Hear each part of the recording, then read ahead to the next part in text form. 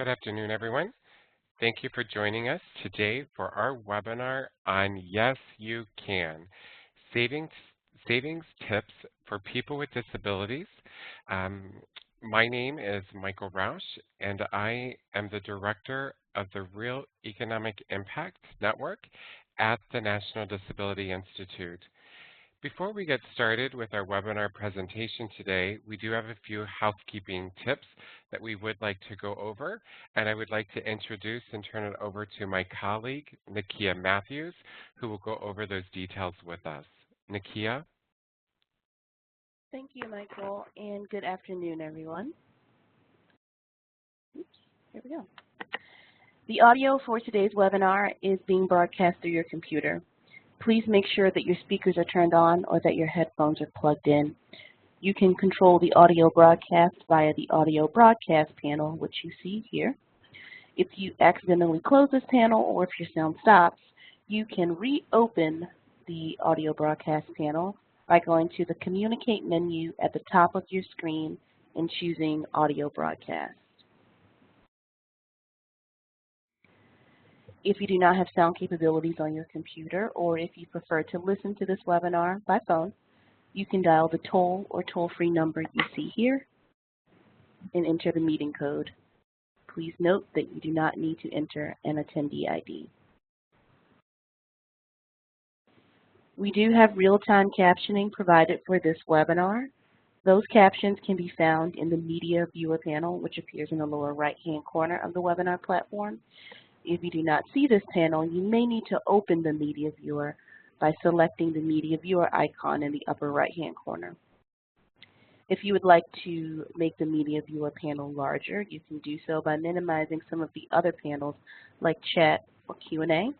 And conversely, if you do not need the Media Viewer panel, you can go ahead and collapse or minimize that. I will also paste the link for the captions in the chat if you prefer to view the captions in an external browser. We will have time for questions at the end of the webinar. Please use the Q&A box to submit your questions. You may also send chats directly to Michael Rausch or to me. I'm listed as NDI admin, and we will direct those questions accordingly. If you are listening by phone only and not logged into the web portion of today's webinar, you can also submit questions by emailing them to Michael directly at mroush, that's M-R-O-U-S-H, at ndi-inc.org. Please note that this webinar is being recorded and that the materials will be placed on the NDI website. Finally, if you experience any technical difficulties during today's webinar, please use the chat box to send me a message, again listed as NDI admin, or you can email me directly at nmatthews@ndi-inc.org. And with that, I will turn it back over to Michael. Great. Thank you, Nakia. And thank you all for joining us today for our webinar. For those of you who are new to the National Disability Institute, I'd like to share with you information on our organization. The National Disability Institute is a national nonprofit organization that's dedicated to building a better economic future for Americans with disabilities. We are the first national organization committed exclusively to championing economic empowerment, asset development, and financial stability for all persons across the full spectrum of disabilities. The National Disability Institute, we effect change through public education, training, technical assistance, and policy development to help the 1 in 3 Americans with disabilities living in poverty take steps towards a brighter financial future. To learn more about the National Disability Institute, go to www.realeconomicimpact.org. We hope that if you are not already a member or a partnering organization of the Real Economic Impact Network, that you will join us for this national movement on building a better economic future for persons with disabilities. The Real Economic Impact Network is an alliance of organizations and individuals dedicated to advancing the economic empowerment of people with disabilities. The network consists of more than 4,500 members located throughout the United States and includes a group of diverse partners that represent nonprofit organizations, community tax coalitions, asset development organizations, financial education initiatives, corporations and private sector businesses, federal, state, local governments and agencies, and individuals and their families with disabilities. And all partners of the network join forces to embrace, promote, and pursue access to and the inclusion of people with disabilities in the economic mainstream. To learn more about the Real Economic Impact Network, please go to our website at www.realeconomicimpact.org. And it is free to join the Real Economic Impact Network, so please check that out. So today we're going to look at savings tips for people with disabilities. Oftentimes, individuals with disabilities may not be familiar with the savings options available to them, or they may be afraid to save money in fear of jeopardizing their public benefits. However, individuals with disabilities can potentially access a wide variety of savings strategies to achieve their savings goals and improve their financial well-being. We know that when we have additional financial resources, that has a positive impact on our physical and mental health.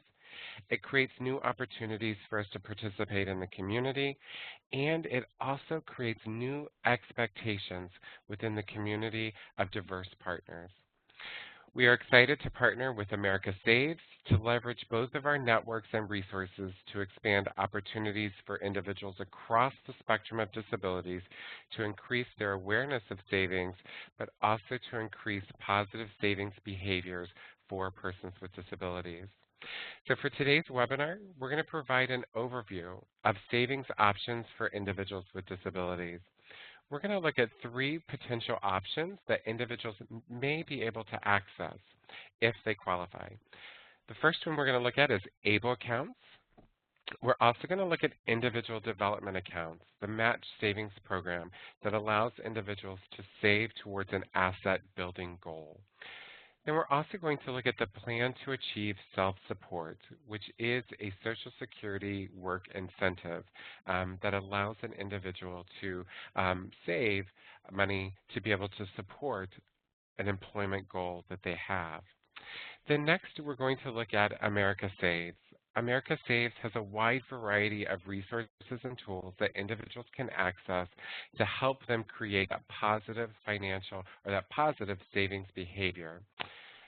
They will share with us various savings resources and tools, and they will also talk to us about the upcoming America Saves Week, which our call to action to each of you will be that if you're not involved with America Saves Week, that hopefully after today's webinar, that you too will participate in America Saves Week, your organizations, your coalitions, so that we can truly make an impact of disability organizations participating in America Saves Week to really make a real economic impact that persons with disabilities can save and create a positive savings behavior when we access the various tools and resources.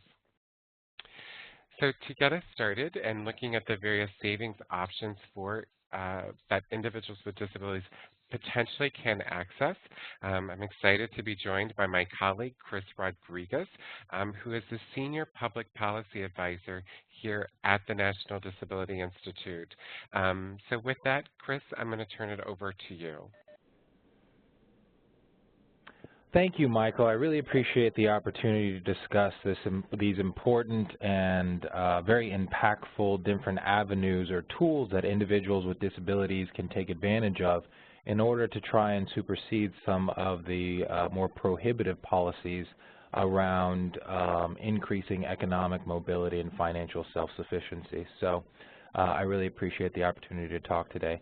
So let's go ahead and get started. What we wanted to talk about first today, we're going to be talking about the ABLE Act. And what I want to do with giving just brief examples or brief summaries or characteristics of these three different tools is just to allow you to get a basic understanding of some of the characteristics, how it might be able to help an individual with a disability save for their future, what they can save for, and perhaps who's eligible. So, starting with the ABLE Act. The ABLE Act was signed into law. Its formal name is the Stephen Beck Jr. Achieving a Better Life Experience Act, and it became law December 19th of 2014. And basically what it does is, in its most basic sense, is it creates a new option for some people with disabilities and their families to save for the future while protecting eligibility for their federally funded means-tested benefits, including their SSI and including their Medicaid, but also extended to other federally funded benefits as well. So what are some key characteristics of these ABLE accounts, right, and of these various ABLE programs?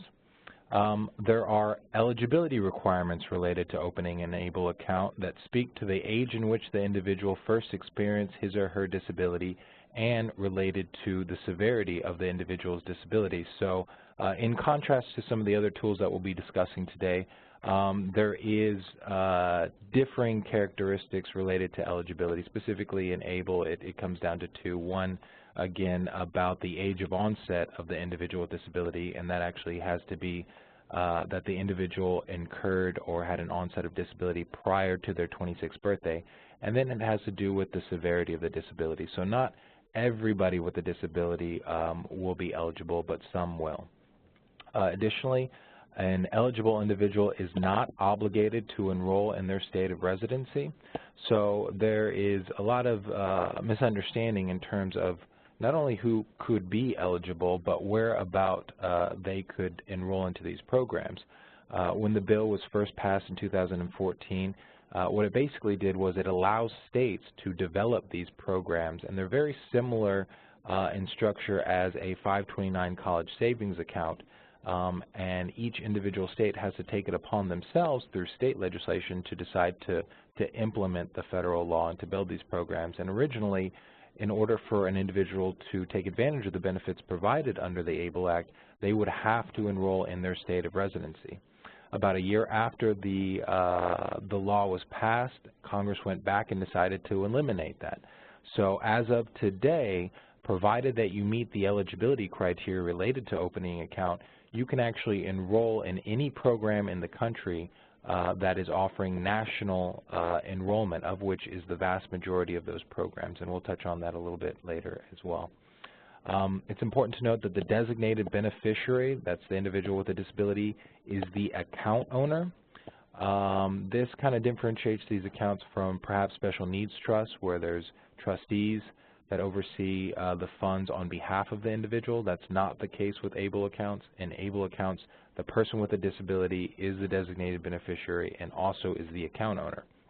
That being said, if the designated beneficiary, the person with a disability, either chooses to not want to administer the account or oversee the account, or if they don't have the capacity to do so, there are three different types of individuals that do have, that can be bestowed what's called signature authority, or basically oversight of the account on behalf of the person with a disability, and that would be the parent, the guardian, or a person with power of attorney. Additionally, funds in the account can be used for what's called qualified disability-related expenses. This is very broad. This is a very broad definition of what these funds can be used for. And basically, the definition of what a qualified disability-related expense is, it's any expense for the benefit of the beneficiary, so the person with a disability that relates to their disability, that helps that individual maintain or increase their health, independence, or quality of life. So as you can imagine, that's extremely broad, and we wanted to make sure that that definition was as broad as possible, because we all know that the needs of individuals with disabilities, especially those with significant disabilities, are run across a spectrum of different needs. So we didn't want to make it very rigid in terms of the things that these funds could be used for. Additionally, assets in and distributions for qualified disability-related expenses will be disregarded or given special special treatment when determining eligibility for most federally funded means-tested benefits. So this is something that really makes these accounts very special. As Michael talked about previously, a lot of these individuals are taking advantage of different federally funded means-tested benefits such as Medicaid, which allow them to live as independently as possible in the community. Now, a lot of these benefits have asset limits. A lot of them are set at $2,000, meaning that if you have over that amount of money, you can put those essential benefits provided through federal funding in jeopardy. Now, what's important about ABLE and some of the other tools that we'll discuss is the funds in the account, again, will not be taken into consideration when they look at those asset tests, so that's very, very important.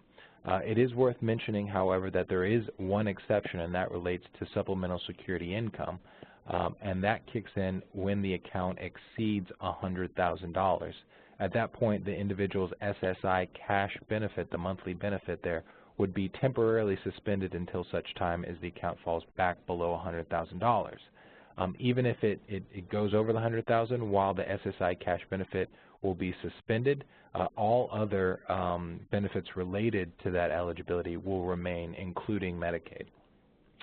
Additionally, anybody can contribute into an individual's ABLE account. That means friends, families, hopefully employers in the future will be able to do so. But there is a total aggregate contribution limit in terms of a single tax year, and that basically says that all contributions combined from all contributors, of which again could be anybody, in any given tax year, so from January 1 to December 31st, are not to exceed $14,000. So that's something to keep in mind. In terms of the development of these programs, I'm happy to announce that there are currently 16 active programs enrolling eligible individuals across the country. Again, even if you live in a state that does not or has not developed and launched their program, you can still, provided that you meet the eligibility criteria, enroll in a program outside of your state, provided that they are practicing a national program, of which of those 16 states, 14 have national programs. The only ones that exclude participation to their own residents is the state of Florida and the state of Kentucky. In addition to those 16, we expect those numbers to double, hopefully, in the next year and a half. We certainly expect that at least half the states in the country will, in fact, be enrolling folks into ABLE programs by the end of 2017. And that's very exciting. A lot of these programs have a lot of similar aspects, most notably the ones that I've mentioned. But there's also opportunity and flexibility given to those programs that would allow them to differentiate themselves, such as the fees that are associated with the accounts, the different types of investments that are included in the accounts, different types of tools and trainings that are associated with helping somebody save for whatever their disability-related expense may be. It's also important to note that we estimate that the current number of eligible individuals nationwide could possibly exceed 10 million and will only increase given pending federal legislation that we're advocating for that would expand eligibility into the future that we're going to keep on working on. So that was a very, very quick and brief overview of ABLE accounts. Certainly there are more details associated with the accounts. And to find those, I encourage folks to go to the ABLE National Resource Center website. That's ablenrc.org, where you can watch archived webinars on different aspects of the ABLE accounts. You can hear presentations from various programs that are implementing and that have launched programs, ABLE accounts, and who are enrolling. There's short informative videos. There's other resources. There's an interactive map to where you can point and click on whichever state you're interested in, and it will show you where in the development of their ABLE program they are. There's also a tool on there that lets you compare one ABLE program to another based on a list of about 12 or 13 different characteristics that we feel individuals may want to take into consideration when determining which ABLE program is best for them. And additionally to that, you can always shoot me an email. My email is right there, and I'd be happy to try and answer any ABLE-related question as best I can. Okay, so moving on to our next tool. They are called Individual Development Accounts, or IDAs.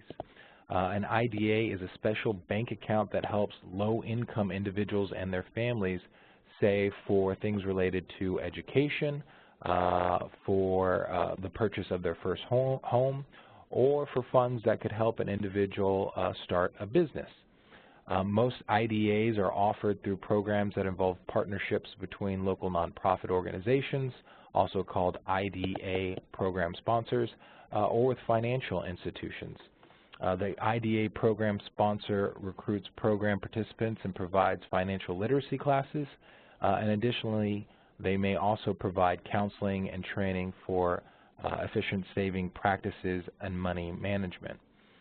You use the earnings from your work to set up an approved bank account for the IDA. So unlike perhaps the ABLE accounts where you can have friends and family contributing into an ABLE account, IDAs, or individual development accounts, are really there for an individual to put their earned income into. You can, again, you contribute money from your earnings from work. With an IDA, your contributions may be matched with money from your state's TANF program or from special funds called demonstration project money. And of course, as you can imagine, the matching funds can help individuals certainly reach their financial goals at a much quicker pace than perhaps they otherwise could, again, saving up for things related to education or the purchase of a first home, or to help them pursue some business ambitions or starting a business. So, eligibility. What is the eligibility? So, again, you're going to notice differences from these tools. The eligibility for an IDA is if you're working and receiving TANF payments, you are probably eligible for a TANF IDA. The majority of the eligibility is based around your income, so these are really targeted for low-income individuals that are obviously saving for the purposes that I mentioned previously.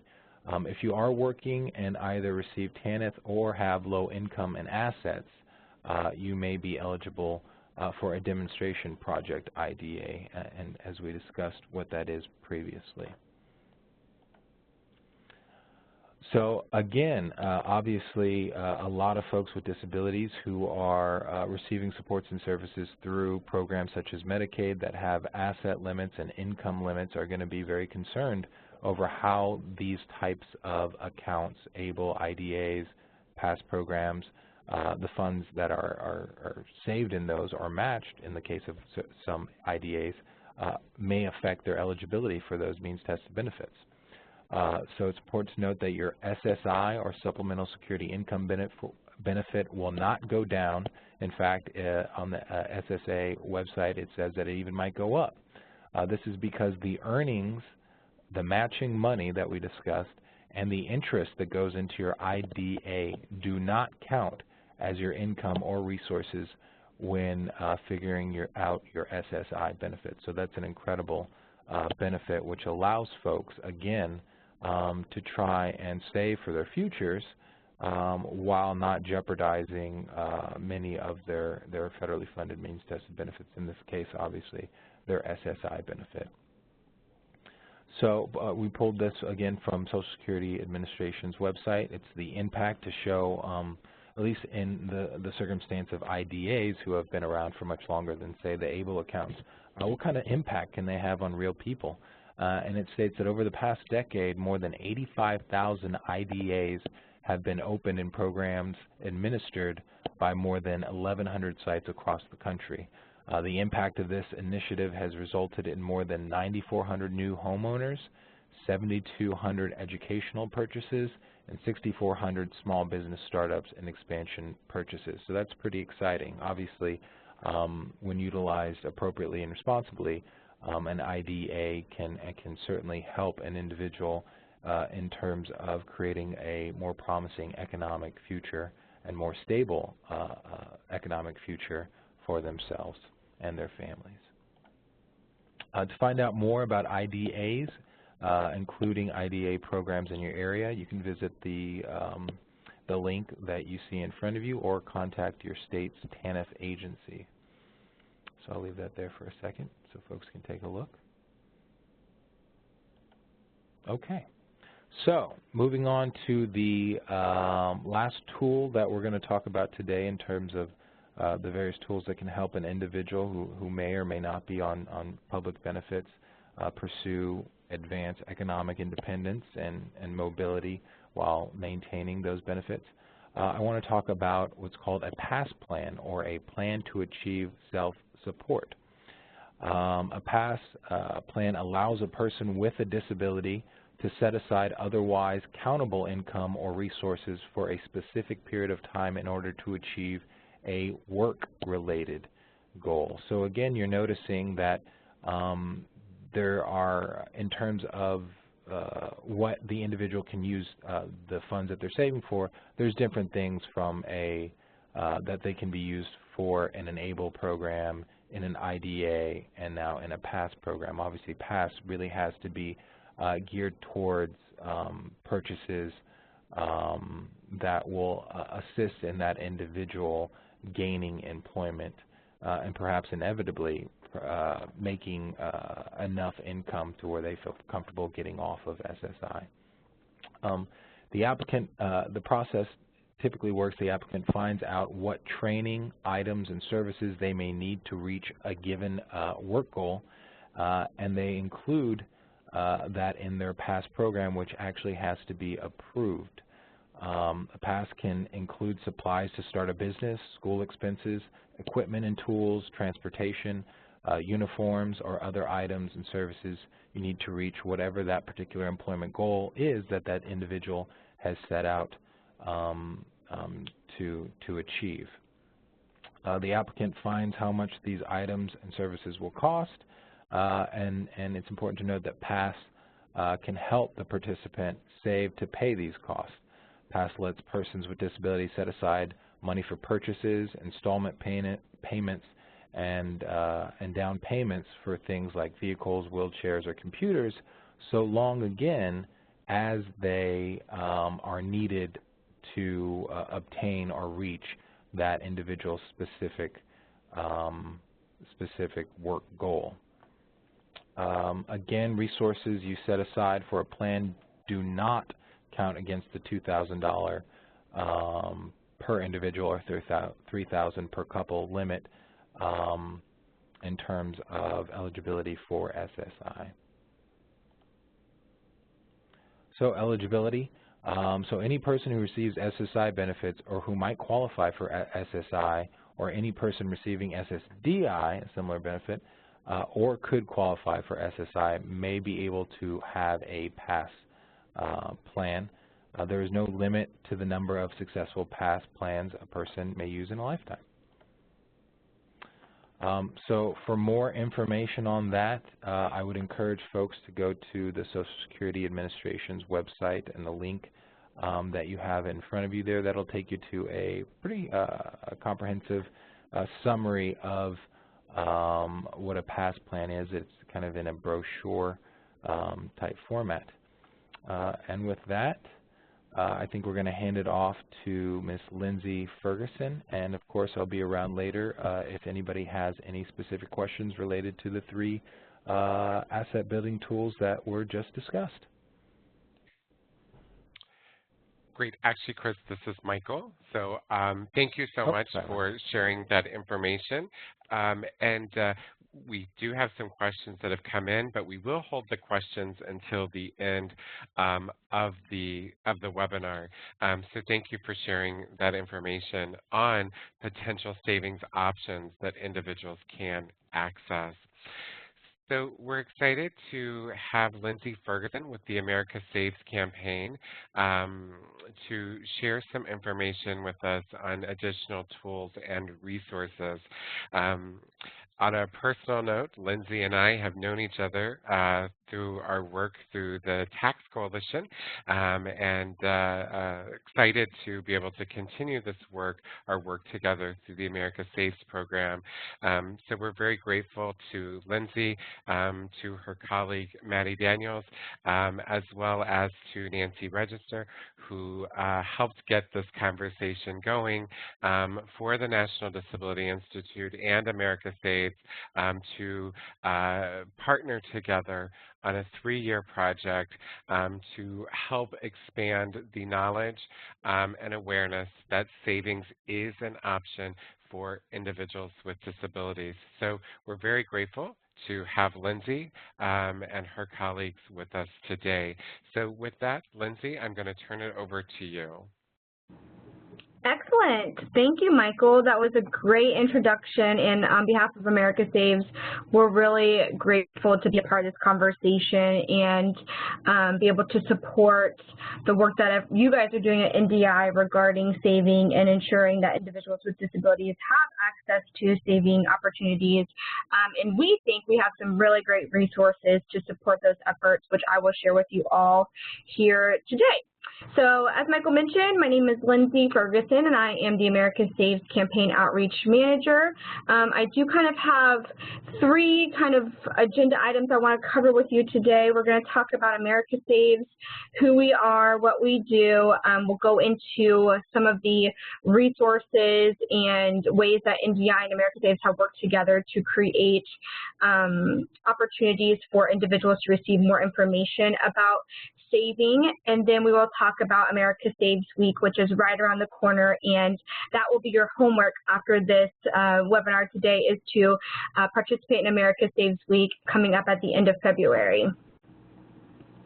So really quickly, for those of you who are on the call who may not be familiar with America Saves, we are an initiative of the Consumer Federation of America, and we essentially are a national campaign that uses the principles of social marketing and behavior economics to motivate and support low to moderate income households to save money, reduce debt, and build wealth.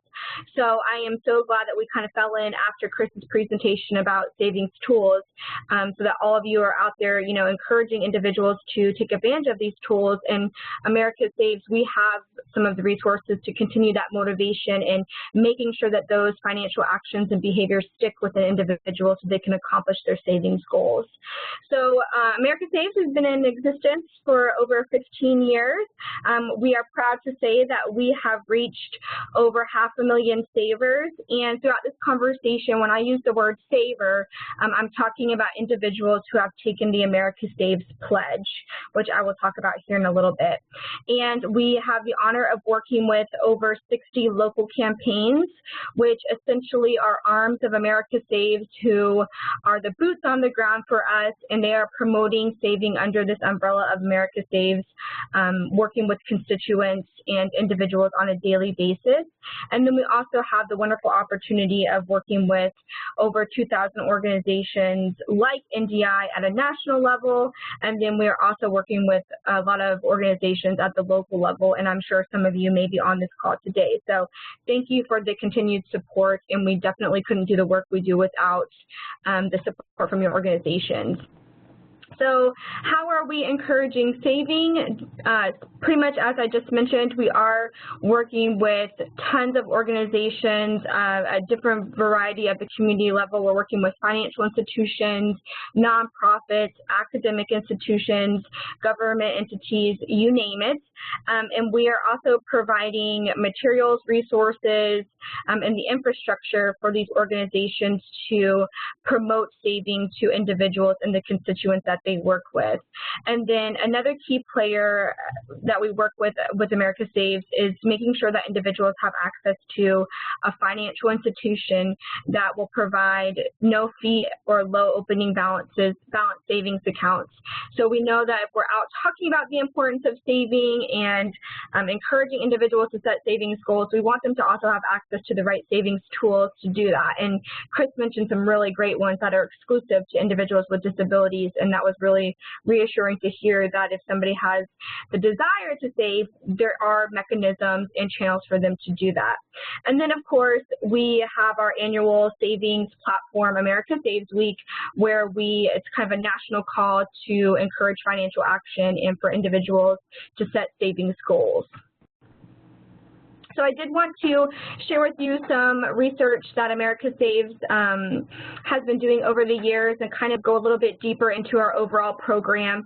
So as I mentioned earlier, we do consider individuals who take the pledge a saver, and as a part of the pledge process, individuals or savers have to identify a savings goal, and I'll talk to you guys about that in a minute. But throughout our history, we have noticed kind of some main trends with our savers goals, and it's been consistent that our top two savings goals are for an emergency fund and debt repayment.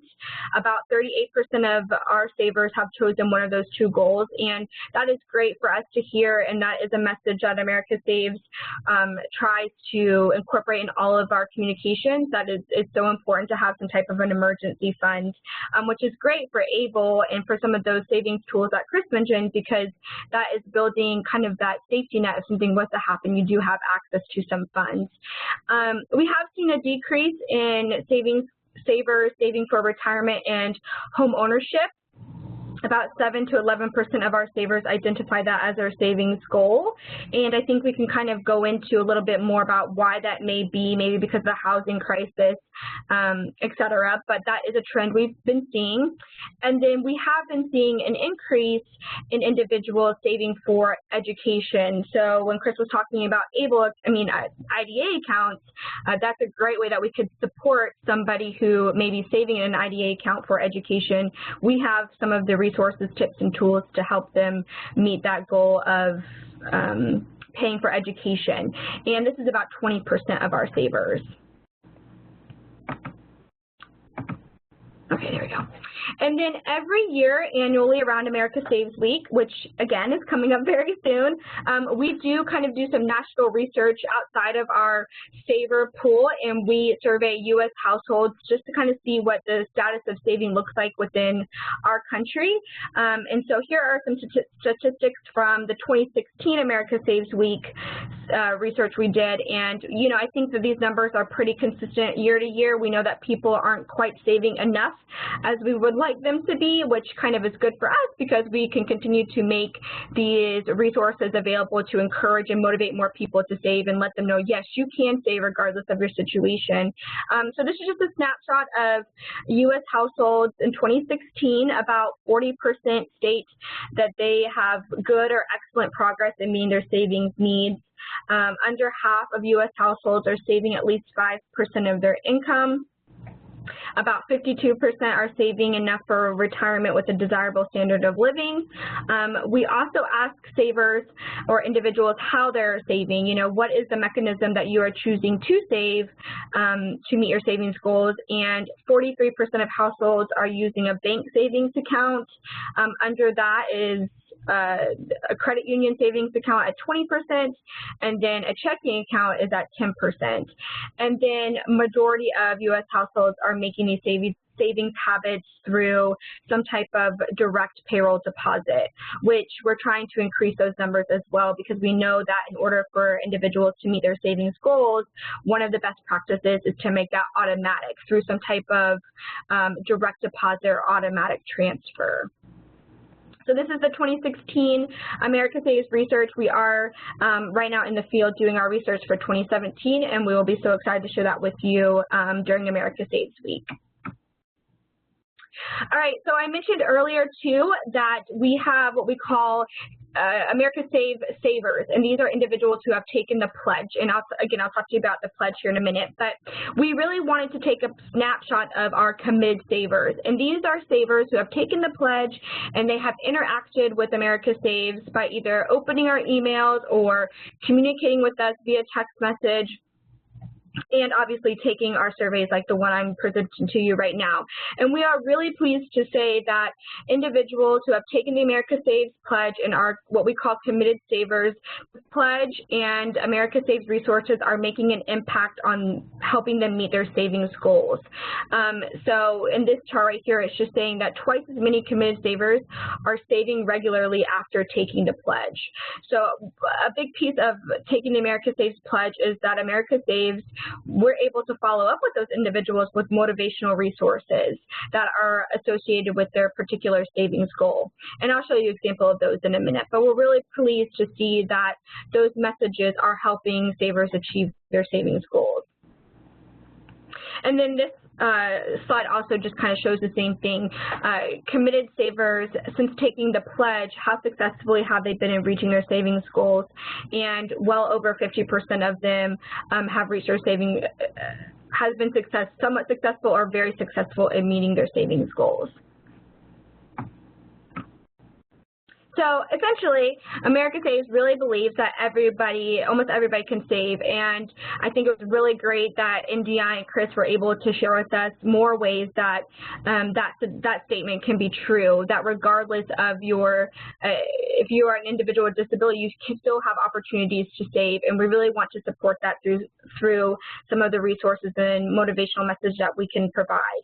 So we think almost everybody can save by basically doing these three things: setting a savings goal, making a savings plan, and then doing it automatically. So that 39% statistic we saw earlier of U.S. households and how they're making those habits work, we want to increase that people are making savings deposits automatically so that they can achieve their goals faster. So the pledge, I know I was sitting here talking about the pledge, and for those of you who are unfamiliar, we're probably thinking, what is she talking about? This is it. This is what we call the first commitment to somebody making a better financial habits, right? So this is a commitment to yourself. You're writing down a goal and making a savings plan. And this is a simple savings plan, but essentially it's letting the individual make a savings goal, and we have, I think, about 20 different savings goals that somebody can choose from. So that's either that debt repayment or emergency fund that we talked about earlier, home ownership. You can even select a vacation as a savings goal, a consumer good, and then we also ask individuals to identify how much they plan to save over what period of time. So this is a really simple savings plan, but we all know that when you write something down and put it on paper, you're more likely to achieve it. So once somebody takes the America Saves Pledge, and drum roll, NDI now has one on the ABLE National Resource Center website as well. So they have a pledge there too that you can take the pledge from their website, and we'll go into that in a minute. But once an individual takes the pledge and they set their savings goal, we really pride ourselves in motivating that individual to continue making those savings habits. We know most of you probably on this webinar today are out in the field providing some type of information or education to individuals about saving. You're providing them access to some of the tools that Chris had mentioned earlier. You're doing financial education, you're talking to them, doing financial counseling, financial coaching. America Saves, we can help continue those conversations through motivational resources. And we do that through emails that are focused on the saver's goal.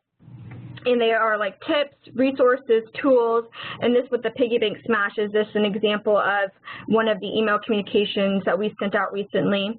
And then we also motivate savers through kind of more broad, savings specific, not necessarily attached to a savings goal, but just a general savings conversation, tips, resources, and tools and information on a kind of quarterly, bi-monthly basis. And that's an example of one we did at the beginning of the year. Build your New Year's resolution the smart way. So our communications range from very goal-specific communication based on if you're trying to save for home ownership, or a more general, everybody could use this information around saving communication. So we do that through email. And then we also do it through text message. And I didn't mention this earlier, but America Saves is non-commercial. We're not trying to sell or promote and endorse any products. We really just provide good quality basic information around saving, and all of our information is free, and it's free to sign up as an organization or an individual. So we send messages via email, and we also send messages via text message if you choose. You do have the option to opt into this program. But the text messages are goal-based messages, tips and reminders that encourage people to save. So here are some examples here. They're really short and sweet and to the point.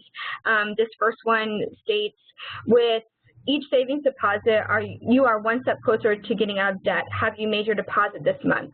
So we're asking the individual, you made a commitment to save every month. Have you made that savings deposit yet? And if the saver replies yes, we send a great, good for you, keep up the good work message.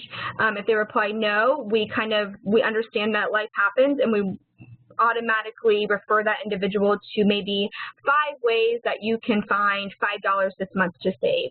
So we try to supplement their no responses with an action item that they can use to get back on track with their savings goals. So I spoiler alert, I spilled the beans early, but there is an America Saves pledge on the ABLE National Resource Center website, and we are so thrilled to see that. So when you are referring individuals to get more information around ABLE, or if you yourself are getting more information, I encourage you to take the America Saves pledge and make a commitment to saving and choose a savings goal. But we're really thrilled about this opportunity and look forward to encouraging more individuals to save through this partnership. So in addition to having the pledge on the ABLE National Resource Center website, we've also had the great opportunity of working with NDI to create savings resources, messages, tips, and tools that are specific for individuals with disabilities and their families. And our first attempt at this, which was really great, is a partner packet. And the partner packet is right here in front of you. It's called the Financial Wellness for People with Disabilities and Their Families. And within this partner packet, there are it's shareable copy, so you literally can just copy and paste. We've got an article that you can share within your constituents. We've got social media posts that you can literally copy and paste and share.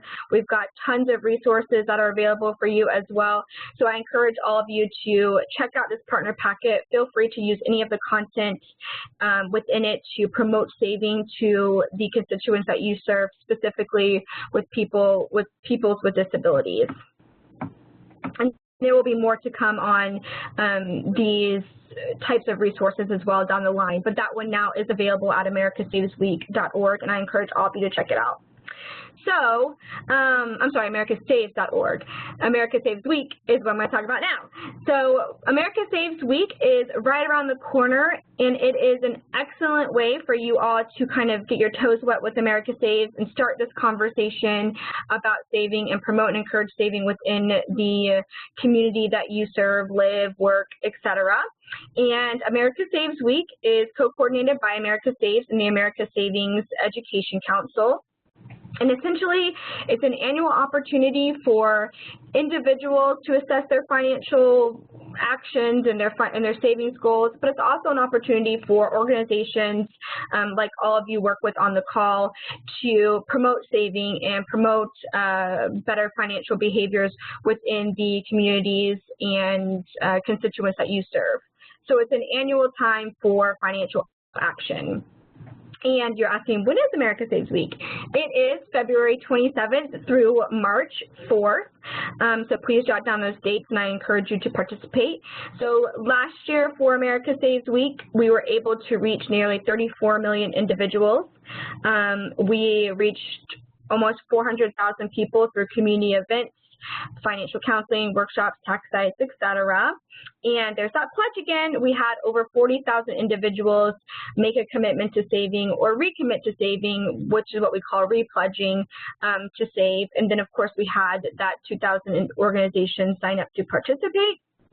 And we get great endorsements from national partnerships, including NDI. And then this is the designation of excellence is specific to financial institutions. So as I mentioned earlier, we really want our savers to have access to some type of savings tool, specifically a savings account. And we do this through partnerships with financial institutions who go what we call above and beyond during America Saves Week to promote saving to their community, and working with community-based organizations. We award them the designation of Savings Excellence, and last year we had 34 of those designations were given, and we would love to see that number go up. So if you are working with a financial institution or you are a financial institution, I encourage you to check that out at americasavesweek.org as well. All right, so we make it really, really, really easy for you to participate in America Saves Week, as well as sharing information about helping people save with a disability, like those partner packets I mentioned earlier. If you go to americasavesweek.org, you can see that there is information right there available. It looks just like this, that you can literally click on and get tons of pre-written content that you can share, and we encourage you as an organization to encourage financial action. So you could either, host a workshop, you can encourage people to take the pledge, you can have them take the pledge from the ABLE National Resource Center, and then we also encourage you to raise awareness by simply promoting America Saves Week, and we do that really easy through a digital toolkit, which has tons of pre-written content, again, social media posts, articles that you can literally copy and paste, blog posts, press releases, etc. And then I don't know if you guys can see my arrow, but there is a link to encouraging people with disabilities to save with that disability-specific content that you can use as well. So that is on every page on americasavesweek.org. So again, we just provide tons of resources for your organization to spread the message of saving and encourage and motivate individuals to save. We give you email updates with the latest news and research. We've got those great partner packets I talked about earlier that have Twitter chats in them, social media content, resources, and this is just an example of one of the blog posts we worked with NDI to create 5 things you should know about ABLE accounts that is available for you to just copy and paste and share within your communication networks as well. And then lastly, if you want to learn more and you're really excited to participate during America Saves Week, I encourage you to go to americasavesweek.org to sign up your organization, and then just kind of for more information around tips, tools, and those resource packets, check out americasaves.org, or feel free to reach out to me. Here's my information on this slide. And then, of course, your homework for the day is to sign up your organization for America Saves Week at americasavesweek.org, so you can start having a conversation about saving within the community that you live, work, and serve. And I think that's it from me, Michael. Excellent. Thank you so much, Lindsay, for sharing this information and all of these great resources and tools. So we do have a lot of questions that have come in, and so we're going to do a speed round with the questions since we have about 7 minutes left, and we have to close up on a couple other items before we close out our webinar. So if any of these responses need greater detail, then we can follow up directly with the individual afterwards. So we're going to do a speed round with the questions, all right? So the first question is, Chris, will be directed to you. Can I open an ABLE account at my local bank?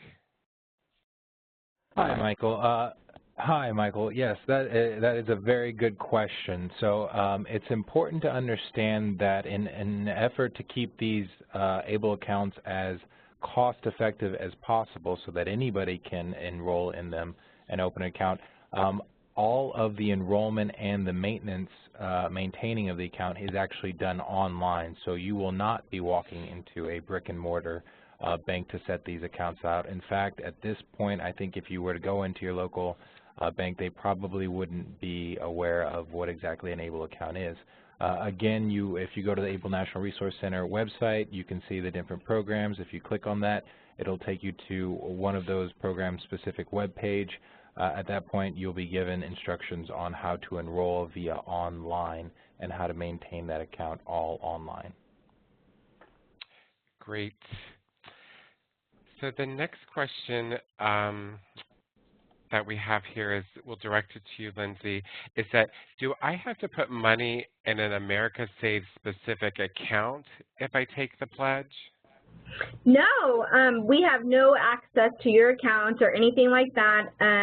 We just want you to say and write down on paper or take the pledge virtually that you are going to make a commitment to saving. So any account works. Obviously, we definitely want you to use a safe and secure account that is insured, or one of the three tools that Chris mentioned earlier. But yeah, you can use any account. Great. So the next question is regarding the America Saves research that you talked about. The question is, are individuals using a prepaid card as a savings tool? Yes, and I didn't have a statistic on that, and I don't have it in front of me, but there is a percentage of our savers that are using a prepaid card or account for their savings vehicle, and we see that a lot with youth as well. Okay, great. And one more question here for you, because I thought this was a really good one. It says, regarding the low opening balance savings accounts, I think that on a slide you talked about, I think they're referring to where you talked about connecting with financial institutions. It says, do the financial institutions offer second chance bank accounts? So America Saves, we do not have a control over what financial institutions are promoting or even what savers are accessing, but we do have on our website, there are kind of things to look for in a low fee or no fee, low balance savings product. And of course, a second chance account is a great opportunity for a lot of individuals who want to get back into the banking system, and we encourage that as well. Much better than putting your money under a mattress or saving in some other uninsured vehicle. So yes, if you do have access to a second chance account, we encourage you to take advantage of that. Great, great. Chris, then this next question will be for you. How do ABLE providers verify an individual has a disability prior to age 24? Right, so it's actually prior to age 26, and they have to have an onset of their disability. The entity that's responsible for making sure that not only these accounts are being used responsibly and appropriately under the law, and that individuals are actually eligible to be enrolled in these accounts, is actually the IRS or Treasury, and they'll probably do that through random audits. So if an individual is enrolled and they get audited, they may be responsible for producing documents stating or certifying that they meet the criteria, one of which is having an onset prior to age 26. So there's going to be obvious ones. If an individual has a disability that obviously occurs at birth, like for instance Down syndrome, autism, that's going to be fairly evident. If it's a situation and perhaps somebody developed it in their 20s, it might be helpful if they have a document from a physician certifying or basically certifying that they did in fact have an onset of their disability prior to their 26th birthday. Great, thank you. Lindsay, this question's for you. It says, we have the pledge form up on our website from last year. Can we use that one and not have to provide a new link? Well, first of all, that is wonderful. And no, you do not have to provide a new link. If that link is essentially the same, that's fine with us, and your pledge form will still work. For those of you who are kind of wondering what we're talking about, there is a way that you can house a America Saves pledge on your website to encourage and promote individuals to save through that way. And if you would like to know more information, feel free to shoot me a note and talk to you more about how to get that on your site. But that specific question, no, you do not have to provide your link, and everything should be working just fine. Great. So I'm going to take this last question, and I will answer it. It says, which organizations are local experts where support and comprehending these details can be found? And also asking if the PowerPoint will be available. The PowerPoint will be available, yes. Regarding the organizations of local experts, there's a wide variety of groups that you could connect with at the local level. It could be the Work Incentive Planning Assistance Program. It could be your America Saves program. But what I want to encourage you all to do is I'm going to put in the chat box an email address, is that if you want to connect to a local America Saves program, or if you are looking for the local experts in your area to help you understand the different savings options that we talked about, please send an email to the email address that I just put in the chat box. It's ask@ndi-inc.org, and then we can respond and connect you to some resources. We also have resources on our website that will connect you to different organizations in your area. So with that, I want to encourage you all to take the pledge, Disable Poverty, which is a grassroots campaign. It aims to increase awareness about the nearly 1 in 3 Americans with disabilities that live in poverty and remain outside of the economic mainstream.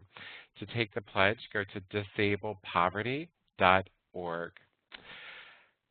Reminder, join the Real Economic Impact Network if you haven't already, and also if you have any technical assistance questions on strategies to build the financial wellness of persons with disabilities, you can send us your questions at ask@ndi-inc.org.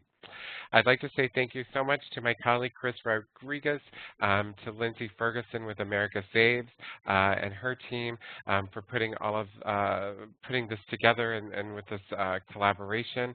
I'd also like to thank my colleagues who are part of the training and technical assistance team at NDI who help us pull these webinars together. And last but not least, I'd like to say thank you to my colleague Nakia Matthews, who got us started doing webinars and has been guiding us through this for so many years and handling everything behind the scenes. I greatly appreciate all of the work of Nakia Matthews for making our webinars such a success. So with that, I want to thank you all again for joining us today and for making a real economic impact for individuals with disabilities and their families to help them build a better financial future.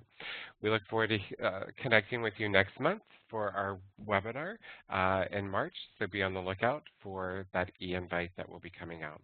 Again, thank you to Chris Rodriguez as well as Lindsay Ferguson for sharing this information with us today. I hope everybody has a great afternoon. Thank you.